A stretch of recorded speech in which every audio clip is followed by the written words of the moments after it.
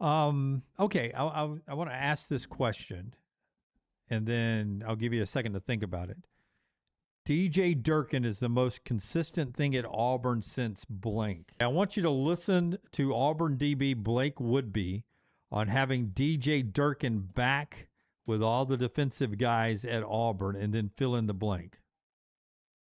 It's definitely been great. You know what I'm saying? Like I said, it's a lot of guys that played under Coach Durkin last year, and know his system, and is able to teach the guys that we got here now the way we do things. No matter what the record said for us last year, we still had an amazing defense, and we would like to continue to have those things. You know what I'm saying? Keep going as this year comes, and the guys that were already in the building just kind of preached it back to the guys that we just got. So it's definitely a great experience with him still being here. All right, Brownie, you first. DJ Durkin is the most consistent thing at Auburn since? I mean, the first thing that came to mind to say was Gus Malzahn. And I know Durkin hasn't been there terribly long, but I do feel like it's been more consistent than anything in the Harsin or Freeze era, including both Harsin and Freeze.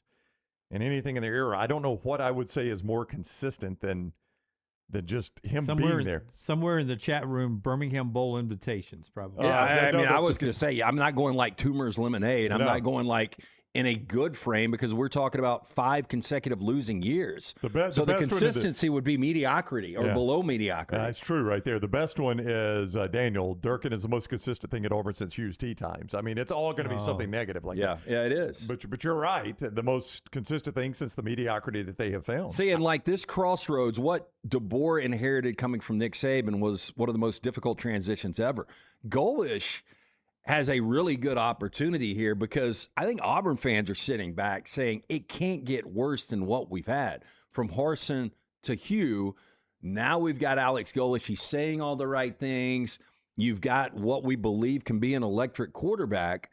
So I think it's a great starting spot for Alex Golish. First thing I thought of was Kevin Steele's defenses. Kevin Steele was extremely consistent. They were elite top 10, top 15 defenses his 5 years at Auburn. When Gus kind of fell off at some point later in his tenure, the defenses were still really good, so much so that they almost considered hiring him as the head coach. Yeah, you're right. That probably was the place to go. I just, after he finished at Auburn, he went to Alabama. Where did he go before Alabama? There was somewhere he was defensive coordinator before he went back to Alabama. Miami, that's right. So I guess I just kind of bypassed that part of it, but you're right. Kevin Steele's defenses were consistent. It was probably a better answer than Gus Malzahn. But we talk about DJ Durkin like he's been there 5 years. He hasn't. It seems like 5 years because of all the turmoil that has happened there. But he is the only thing that has been consistent for Auburn in the post-Malzahn era. I mean, give me an offensive coordinator or offensive coach at Auburn that you think has been successful in that time. Answer is none. Yeah, Monty and Hugh didn't seem to get along. Nope, they did not. And then Hugh and his quarterback didn't seem to get along. They did not. Harsin and the fan base. They did not. Harsin and Bo Nix. They did not. Yeah. I mean, so offense, you can't say anything. And then defensively, Ron Roberts got torched for his poor defense under Hugh Freeze. I mean, defensively, Durkin's been the only thing that's been anything close to successful.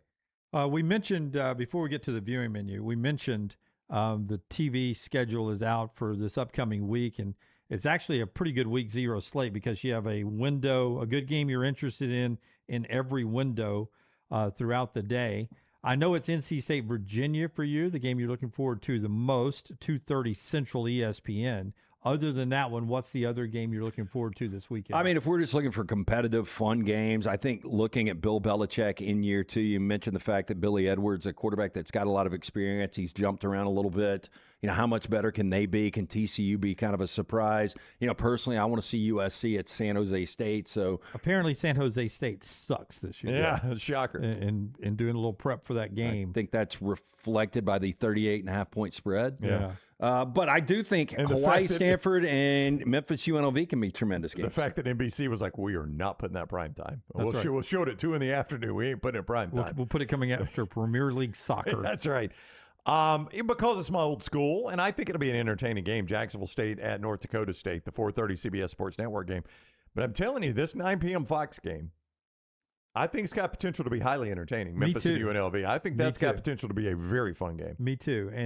And just because I want to see him, Timmy Chang has done an underrated job at Hawaii, I think.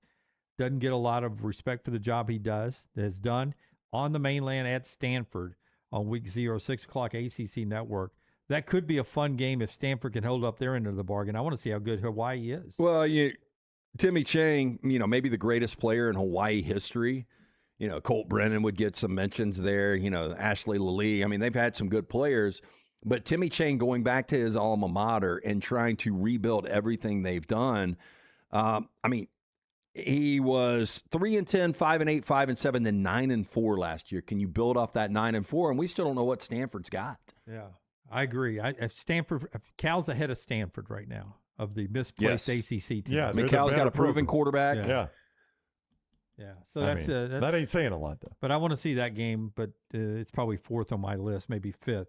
For week 0, but it's good enough. It's a better week 0 schedule than I thought it would be. I'm excited. I've canceled golf plans. I'm All right, locked in on TVs this weekend.